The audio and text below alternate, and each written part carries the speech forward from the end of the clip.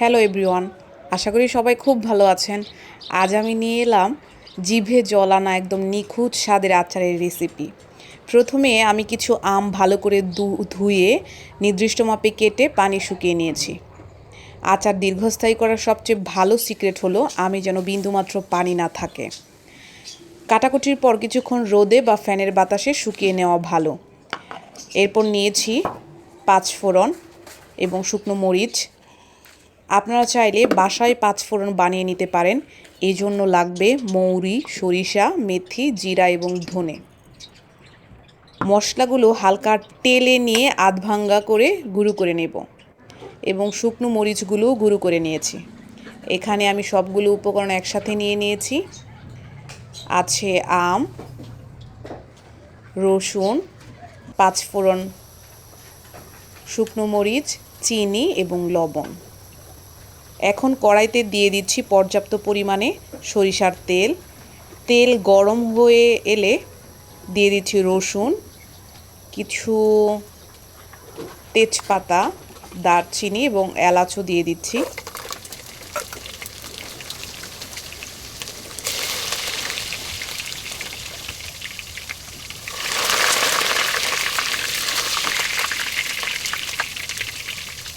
এবার কেটে রাখা আমের টুকরোগুলো তেলে ছেড়ে দেব এবং কিছুক্ষণ কষিয়ে নিতে হবে।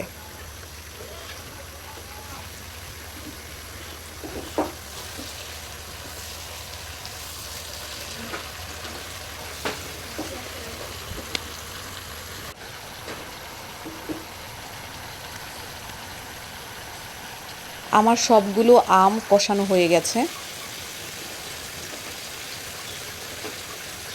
এবার দিয়ে দিচ্ছি স্বাদ মতো লবণ।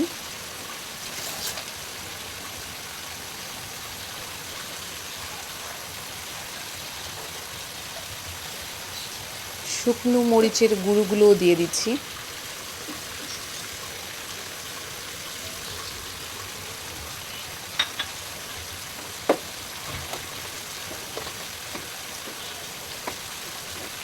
এর সাথে আপনারা চাইলে সামান্য কিছু মশলা যুক্ত করে নিতে পারেন।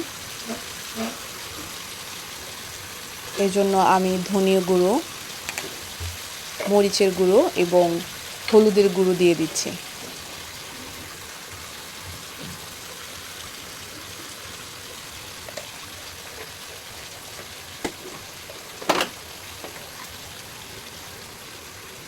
এখন সবগুলো উপকরণ একসাথে আবার কিছুক্ষণ কষিয়ে নিব।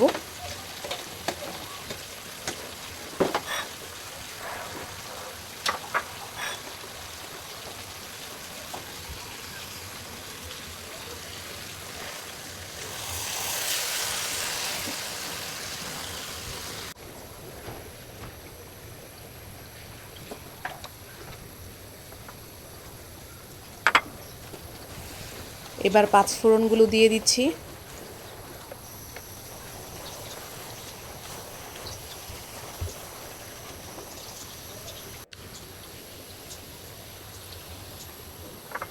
এরপর দিয়ে দিচ্ছি স্বাদ মতো চিনি।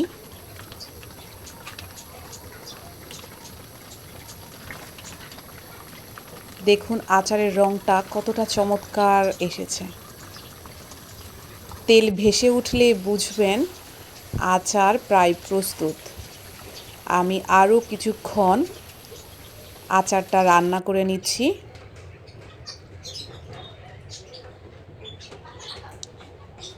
এবার দেখেন কত চমৎকার হয়েছে আচারটা।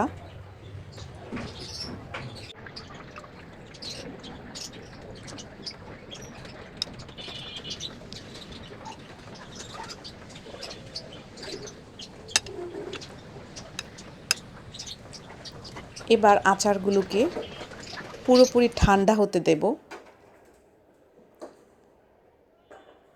এবং আচার পুরোপুরি ঠান্ডা হওয়ার পর সবসময় পরিষ্কার ও শুকনো কাচের বয়ামে সংরক্ষণ করবেন।